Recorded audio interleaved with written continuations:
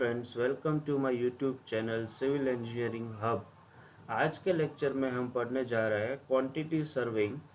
तो इस लेक्चर में हम पढ़ेंगे कि कोई स्ट्रक्चर के लिए ब्रिक की कैलकुलेशन कैसे निकालते हैं। अगर स्ट्रक्चर कंक्रीट का है तो उसके लिए सीमेंट, सैंड एंड एग्रीगेट का कैलकुलेशन कैसे करते हैं। और उसके बाद हम देखेंगे कि अगर हमें कोई वॉल पे प्लास्टर करना है तो प्लास्टर के लिए सीमेंट और सैंड की कैलकुलेशन कैसे करते हैं। So without wasting time let's get started. So before going to the calculation पहले हम देख लेते हैं ब्रिक का डायमेंशन। तो ब्रिक का डायमेंशन होता है 19 centimetre bye 9 centimetre bye 9 centimetre. अब उसे मीटर में कन्वर्ट करने के लिए उसे मीटर में कन्वर्ट करने के बाद डायमेंशन होगा 0.19 metre by 0.09 metre by 0.09 metre. और ऊपर आप जो एक नोच जैसा पोर्शन देख रहे हो उसको हम कहते हैं फ्रॉग, जो कि ब्रिक को स्टेबिलिटी प्रोवाइड करता है। यानी कि दो ब्रिक को अगर हम एक के ऊपर दूसरी ब्रिक रख के जॉइंट करेंगे तो वो ब्रिक को जो है वो उसकी जगह फिक्स रखने में हेल्पफुल होगा। अब ब्रिक को जॉइंट करने के लिए जो हम मटेरियल यूज करते हैं उसको हम कहते हैं मोर्टार। अगर दो ब्रिक आप जॉइंट कर रहे हो तो उसके बीच में जो सीमेंट और सैंड का जो लेयर जाएगा उसकी थिकनेस हम कंसिडर कर लेते हैं 1 सेंटीमीटर। यानी कि ईंट की जो नॉमिनल साइज है वो हम कंसिडर कर लेंगे 20 by 10 by 10। So make sure that you need to remember that actual size of standard brick is 19 by 9 by 9, but the nominal size of standard brick is 20 by 10 by 10। उसके बाद हम देखेंगे कि टाइप्स ऑफ वॉल, कितने type की wall structure में आ सकती है। तो वॉल में सबसे पहला जो टाइप है कि यदि हम सभी ब्रिक्स को ऐसे अरेंज करें तो जो डायमेंशन रहेगा वो होगा वॉल का 9 सेंटीमीटर। यानी कि ब्रिक की जो फुल विड्थ है दैट इज 20 सेंटीमीटर, उससे ये विड्थ जो है वो आधी हो जाती है। इस वजह से इसको हम कहते हैं 1/2 ब्रिक थिक वॉल। और उसका ओवरऑल डायमेंशन कैलकुलेशन में हम लेते हैं 10 सेंटीमीटर। उसके बाद आता है 1 ब्रिक थिक वॉल, यानी कि ब्रिक की जो फुल विड्थ है उतनी विड्थ की हमें वॉल कंस्ट्रक्ट करनी है। तो इसमें एक ब्रिक वर्टिकल होगी, दो ब्रिक हॉरिजॉन्टल होगी, राइट। तो इसका जो ग्रेटर डायमेंशन रहेगा, वॉल की थिकनेस रहेगी, वो रहेगा 20 सेंटीमीटर। तो यहाँ पे हम फुल ब्रिक की जो विड्थ है उतना विड्थ की हम वॉल कंस्ट्रक्ट कर रहे हैं। इस वजह से इस वॉल को हम कहते हैं 1 ब्रिक थिक वॉल। और अगर इन दोनों को आप ज्वाइंट कर देंगे तो बनेगा ये, इसको हम कहते हैं 1/2 ब्रिक थिक वॉल। यानी कि एक ब्रिक पूरी और एक ब्रिक आधी, दोनों को मिला के जो वॉल थिकनेस होगी वो होगी 1/2 ब्रिक थिक वॉल की। उसकी थिकनेस कंसिडर करते हैं हम 30 सेंटीमीटर, बिकॉज उसमें एक ब्रिक वर्टिकल है। तो 19 प्लस 1 सेंटीमीटर यानी कि 10, और दूसरे में 1 सेंटीमीटर यानी कि 20 सेंटीमीटर प्लस 10 सेंटीमीटर। ऊपरी दोनों ब्रिक का कॉम्बिनेशन करके जो ब्रिक बचेगी उसको हम कहेंगे 1/2 ब्रिक वॉल। अब ब्रिक की कैलकुलेशन करने से पहले हमें वॉल का क्रॉस सेक्शन पता होना चाहिए। तो इसमें आप देख सकते हैं सबसे नीचे वाला जो पोर्शन होता है उसको हम कहते हैं पीसीसी, जिसका फुल फॉर्म होता है प्लेन सीमेंट कंक्रीट। यानी कि वो जो बेड हम प्रोवाइड करते हैं वॉल को स्टेबिलिटी प्रोवाइड करने के लिए, उसमें हम कोई भी रेनफोर्समेंट यूज नहीं करते, इस वजह से उसको कहा जाता है प्लेन सीमेंट कंक्रीट। अब कई सारे एग्जाम्पल में आपको वहां पे बीबीएलसी भी लिखा हुआ मिलेगा, तो जिसका फुल फॉर्म होता है ब्रिक बेड लाइम कंक्रीट। यानी कि ब्रिक का जो वेस्ट बचता है, हैंडलिंग के वक्त ब्रिक जो टूट जाती है उसके पीस को हम एग्रीगेट की तरह यूज करते हैं, और इस वजह से हम इसको कहते हैं बीबीएलसी। उसके बाद पीसीसी के बाद जो फर्स्ट स्टेप रहेगा उसको हम कहते हैं फर्स्ट फुटिंग। उसके ऊपर का रहेगा सेकंड फुटिंग, उसके ऊपर का रहेगा प्लिंथ, और प्लिंथ के ऊपर ये जो आप ब्लैक कलर का पोर्शन देख रहे हो उस पोर्शन को हम कहते हैं डीपीसी, जिसका फुल फॉर्म होता है डैम प्रूफ कोर्स। और उसके ऊपर सुपर स्ट्रक्चर वॉल यानी कि ग्राउंड के ऊपर जो दिखने वाली दीवार है वो स्टार्ट हो जाएगी। अब डीपीसी स्ट्रक्चर में प्रोवाइड इसलिए करते हैं कि आप देख सकते हो कि ये पूरा स्ट्रक्चर जो है वो ब्रिक का बना हुआ है। तो जब बारिश होगी या ग्राउंड में वाटर टेबल जो है वो अप आएगा तो brick it is a member which is made of clay. Brick जो है वो किससे बनती है? क्ले से बनती है। तो जो माटी है वो पानी एब्जॉर्ब करने लगेगी और वही पानी अगर हम डीपीसी प्रोवाइड नहीं करते तो आपके सुपर स्ट्रक्चर वॉल में घुस जाएगा और आपका पेंटिंग और प्लास्टर जो है वो खराब कर देगा। If the amount of salt यानी कि पानी में जो नमक है उसकी मात्रा ज़्यादा होगी, सोडियम की मात्रा ज़्यादा होगी, तो आपकी पूरी वॉल पे वाइट कलर की फंगस जैसा एक कुछ बन जाएगा। तो ये प्रिवेंट करने के लिए हम प्रोवाइड करते हैं DPC which is work as a water proofing material. अब डीपीसी जो है उसकी थिकनेस इतनी कम होती है कि आप अपने रेफरेंस बुक में पढ़ेंगे तो उसका कैलकुलेशन होगा मीटर स्क्वायर में, क्योंकि इसकी thickness as compare to other member DPC की थिकनेस इतनी कम होती है कि उसको हम मीटर स्क्वायर में गिन सकते हैं। Right, so this one is PCC. उसके बाद रहेगा फर्स्ट फुटिंग, उसके बाद सेकंड फुटिंग, उसके बाद प्लिंथ डीपीसी और उसके बाद रहेगा सुपर स्ट्रक्चर वॉल। तो ये जो है वो ऑर्डर रहेगा। सपोज इसमें एक स्टेप में और ऐड कर दूं, राइट। सो ब्रिक का जो है वो नीचे से स्टार्ट होता है और डीपीसी से निचला वाला जो पोर्शन होता है वो होता है प्लिंथ। तो उसके बीच में जितने स्ट्रक्चर आएंगे उसको आपको फुटिंग कहना होगा और उसका नंबरिंग जो है वो हम स्टार्ट करेंगे नीचे से। सपोज यहाँ 3 स्टेप के बाद प्लिंथ आती है तो ऑर्डर रहेगा PCC, first footing, second footing, third footing, plinth और DPC, right.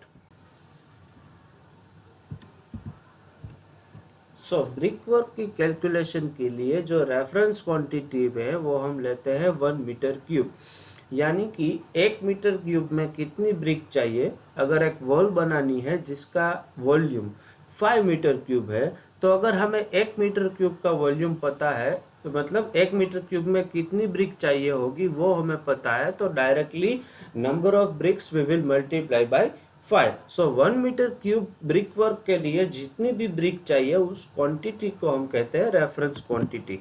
Now as we have seen in previous slide के slice of brick is 19 by 9 by 9। so overall calculation के लिए हम उसको लेते हैं 20 centimetre by 10 centimetre by 10 centimetre, यानी कि मीटर में हो जाएगा 0.20 by 0.10 by 0.10। So number of brick का फॉर्मूला है कि अगर मुझे किसी भी स्ट्रक्चर का वॉल्यूम पता है जो कि हमें ब्रिक से बनाना है और मुझे एक ब्रिक का वॉल्यूम पता है, so if I divide the total volume with volume of one brick I will get number of bricks. So number of brick required for 1 metre cube के लिए हमें करना होगा, अभी हम कैलकुलेशन कर रहे हैं 1 मीटर क्यूब के लिए। सो 1 डिवाइडेड बाय 0.20 बाय 0.10 बाय 0.10, यानी कि 500 ब्रिक्स जो है वो हमें चाहिए होगी 1 मीटर क्यूब कंस्ट्रक्शन के लिए। तो यहाँ पे हम नोट कर लेंगे कि 1 मीटर क्यूब के लिए 500 ईंट हमें चाहिए होगी, यानी कि अगर मुझे कोई एक वॉल बनानी है जिसका डायमेंशन है 2 मीटर क्यूब, सो 1 मीटर क्यूब के लिए 500 ब्रिक चाहिए, सो 2 मीटर क्यूब के लिए हमें चाहिए होगी 1000 ब्रिक। स्लाइड में आप देख सकते हैं कि ये प्लिंथ का कोई क्रॉस सेक्शन है या फिर ऐसा स्ट्रक्चर आपको ब्रिक का यूज करके बनाना है जिसके सारे डायमेंशंस आपको दिए हुए हैं। अब आपको पूछा यह जाएगा कि ये स्ट्रक्चर को बनाने के लिए हमें कितनी ब्रिक्स चाहिए होगी। तो अब हमें ये पता है कि 1 मीटर क्यूब के लिए 500 ब्रिक हमें चाहिए, तो किसी तरह से अगर हम इसका वॉल्यूम निकाल लें तो टोटल वॉल्यूम जितना मिलेगा उसके हिसाब से हम उसकी कैलकुलेशन कर सकते हैं। तो ये पूरे स्ट्रक्चर को हम 3 पार्ट में डिवाइड करेंगे क्योंकि तीनों सेक्शन अलग अलग साइज के हैं। तो 1/1 सभी के वॉल्यूम फाइंड करते हैं। तो ये पोर्शन का जो वॉल्यूम हो जाएगा L into B into H, that is equal to 4 metre by 1 metre by 0.30 metre. So इसका वॉल्यूम रहेगा 1.2 मीटर क्यूब। सेकंड स्टेप जो है उसका वॉल्यूम हो जाएगा 4 मीटर बाई 0.7 बाई 0.30, तो इसका वॉल्यूम हो जाएगा 0.84। थर्ड पोर्शन जो है वो जो है 4 metre by 0.30 metre by 0.60 metre, तो इसका वॉल्यूम हो जाएगा 0.72 मीटर क्यूब। यानी कि इन तीनों का मिला के हमको जो वॉल्यूम मिल रहा है वो है 2.76 मीटर क्यूब। यानी कि अब इसके लिए अगर हमें ब्रिक के नंबर ऑफ ब्रिक्स फाइंड करना है तो वो काफ़ी इजी है, बिकॉज 1 मीटर क्यूब के लिए 500 ब्रिक्स चाहिए, तो 2.76 मीटर क्यूब के लिए हमें कितनी ब्रिक चाहिए। सो इजीली आप कैलकुलेट कर सकते हो कि we required 1380, 1380 brick standard size की हमें चाहिए ये वॉल को कंस्ट्रक्ट करने के लिए। अब आगे बढ़ते हैं कंक्रीट की कैलकुलेशन की तरफ। तो कंक्रीट के लिए काफ़ी सारे उसका ग्रेड होता है, M15, M20, M25। नॉर्मली जो हम कंस्ट्रक्शन में यूज़ करते हैं वो है M25। तो फिलहाल के लिए M25 के लिए हम क्वांटिटी निकालेंगे और देखेंगे कि ये क्वांटिटी हम कैसे कैलकुलेट करते हैं। और इसके लिए वाटर सीमेंट रेशियो जो है वो हम कंसीडर कर रहे हैं 0.45, यानी कि सीमेंट की जितनी क्वांटिटी आएगी, right, water to cement ratio is 0.45, यानी कि सीमेंट की क्वांटिटी को अगर हम 0.45 से मल्टीप्लाई करेंगे तो कितने लीटर पानी हमें उस कंक्रीट को बनाने के लिए डालना होगा वो हमें पता चल जाएगा। Okay, so main ingredient of concrete is cement.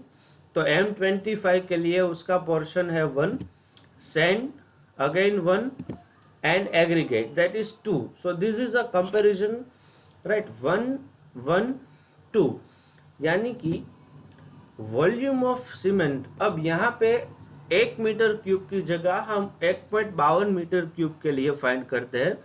क्यों? क्योंकि जो हमें कास्ट करना है वो मटेरियल जो है वो वेट मटेरियल है, यानी कि पानी मिलाने के बाद हमारे पास 1 मीटर क्यूब जितना वॉल्यूम बचना चाहिए।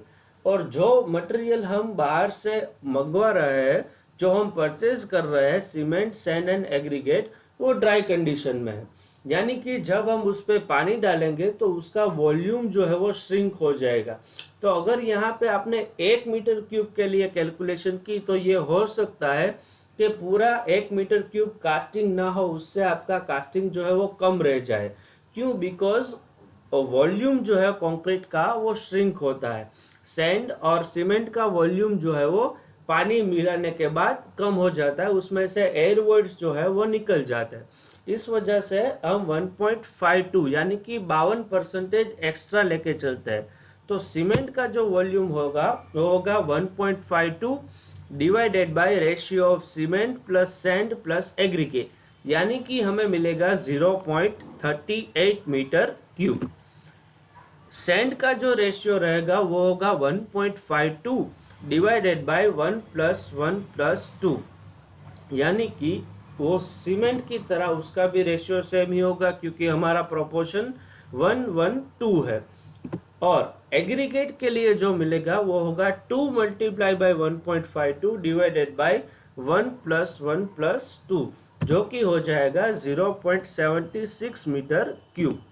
अब उसकी क्वांटिटी निकालने के लिए हमें अब तक जो हमने कैलकुलेशन की उससे हमें पता चलता है कि सीमेंट का वॉल्यूम हमें चाहिए 0.38 और सीमेंट की डेंसिटी होती है 1440 kg पर मीटर क्यूब, यानी कि उसका किलोग्राम में अगर वजन फाइंड करना है तो volume multiply by density that is equal to quantity in KG. So metre cube cancel हो जाएगा और जो भी बचेगा वो हमारे पास किलोग्राम में रहेगा, यानी कि 1 मीटर क्यूब के लिए हमें चाहिए 574 kg ऑफ सीमेंट।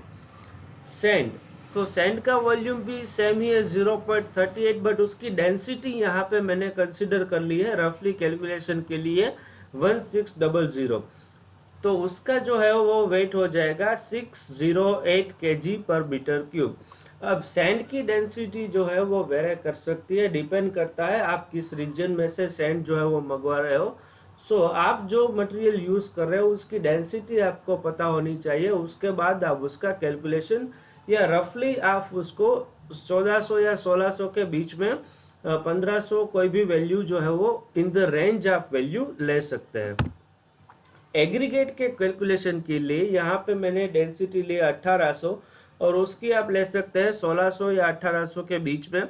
तो यहाँ पे एग्रीगेट का वॉल्यूम हमें मिल रहा है 0.76। सो अगर हम उसको डेंसिटी से मल्टीप्लाई करें तो हमें चाहिए होगा 1386 kg ऑफ एग्रीगेट।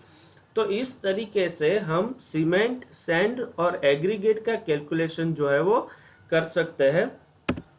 अगर जो ब्रिक का स्ट्रक्चर हमने यूज किया था और नंबर ऑफ ब्रिक्स फाइंड किया था, ये सेम स्ट्रक्चर हमें कंक्रीट का बनाना है, तो हमारे पास टोटल वॉल्यूम है 2.76। तो यू कैन प्रैक्टिस के calculation of cement and sand for mortar. तो द क्वेश्चन जो है वो एग्जाम में ऐसे आ सकता है that calculate material required for 12 mm thick plaster and, और आपको दीवार की साइज दी गई होगी that is 10 metre by 10 metre, और इसके लिए आपको सीमेंट मोटार जो है वो यूज करना है 1:6, यानी कि 1 part of cement is equal to 6 part of sand. That 1 part अगर आप सीमेंट का डालेंगे तो 6 पार्ट आपको सैंड के डालने होंगे। तो इसके लिए सबसे पहले आपको ये दीवार दी गई हुई है जिसका डायमेंशन फिगर में आप देख सकते हैं।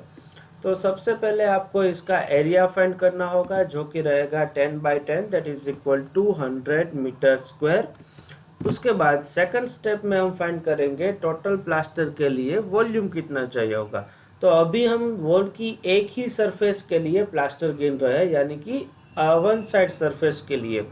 तो उसके लिए हमें उसका वॉल्यूम फाइंड करने के लिए जो प्लास्टर की थिकनेस हमें दी गई है उसको एरिया से मल्टीप्लाई करना पड़ेगा। तो वो हो जाएगा 0.012 multiply by 100 that is equal to 1.20 metre cube. अब प्लास्टर में हम यूज करते हैं सिर्फ सीमेंट एंड सैंड, और इसमें जो है वो 30% हम एक्स्ट्रा ऐड करते हैं फॉर अनइवन सरफेस, यानी कि जो ब्रिक के ऊपर हम प्लास्टर करते हैं तो कई सारी जगह ऐसा होता है कि कुछ प्लास्टर नीचे हो जाता है, कहीं नीचे गिर जाता है, और ब्रिक की सरफेस जो है वो कई सारी ब्रिक में अनइवन होती है, या फिर कॉर्नर जो है वो उसका डैमेज हो गया होता है, तो वहाँ पे हमारी सीमेंट और सैंड की क्वांटिटी उतनी ज़्यादा चली जाएगी। तो इस वजह से हम 30% जो है वो एक्स्ट्रा लेते हैं। तो 1.20 मीटर क्यूब का 30% एक्स्ट्रा, यानी कि उसको हमें मल्टीप्लाई करना पड़ेगा 1.30 से। तो टोटल वॉल्यूम अब हमारे पास है 1.56 metre cube. Next step is 25% हम ऐड करते हैं फॉर ड्राई वॉल्यूम, यानी कि हम जो सैंड और सीमेंट मंगवाएंगे वो होगा ड्राई कंडीशन में। उसमें अगर आप पानी डालेंगे तो पानी जो है वो हो जाएगा, मतलब वो मटेरियल जो है वो वेट हो जाएगा और उसका वॉल्यूम श्रिंक हो जाएगा। तो हमारी जो टोटल क्वांटिटी है उससे हमें कम क्वांटिटी मिलेगी। तो इस वजह से हम लेते हैं 25% for dry volume, right, because हमें मटेरियल जो मंगवाना है उसका फॉर्म जो है वो होगा ड्राई फॉर्म। तो 1.56 को अगेन आपको मल्टीप्लाई करना होगा 1.25 जो कि रहेगा 1.95 मीटर क्यूब। तो इस तरीके से आप ओवरऑल ले सकते हैं 2 metre cube volume of plaster. उसके बाद इसकी कैलकुलेशन के लिए आपको करना होगा वॉल्यूम ऑफ सीमेंट, तो वो हमारे पास है 2 metre cube divided by sum, that is portion था 1/6, यानी कि टोटल हो जाएगा 7। तो 2 divided by 6 that is equal to 0.285 metre cube. Sand का जो वॉल्यूम है that is 6 divided by 1 plus 6, यानी कि सीमेंट का वॉल्यूम से 6 गुना वॉल्यूम जो है वो सैंड का होना चाहिए। तो डायरेक्टली आप मल्टीप्लाई कर सकते हैं 0.285 को मल्टीप्लाई बाय 6। उसका वॉल्यूम हो जाएगा 1.71 मीटर क्यूब। तो इन दोनों का टोटल नियरली हमारा जो वॉल्यूम आ रहा था 1.95 उससे नज़दीक हो जाता। और इसके बाद आपको सिर्फ ये जो क्वांटिटी आपको मिली है उसको आपको डेंसिटी से मल्टीप्लाई कर देना है, तो आपको मिल जाएगा सीमेंट और सैंड की क्वांटिटी। सीमेंट की जो डेंसिटी होती है वो होती है 1440। सो directly you will get amount of cement in KG. Sand की डेंसिटी जो है वो आप 1400 से 1600 के बीच में कोई भी जो आप यूज़ कर रहे हो उसकी डेंसिटी जितनी है उससे आप मल्टीप्लाई कर दोगे तो आपको ये क्वांटिटी मिल जाएगी। So hope you have enjoyed this session. If you like this session, please share and subscribe to my YouTube channel.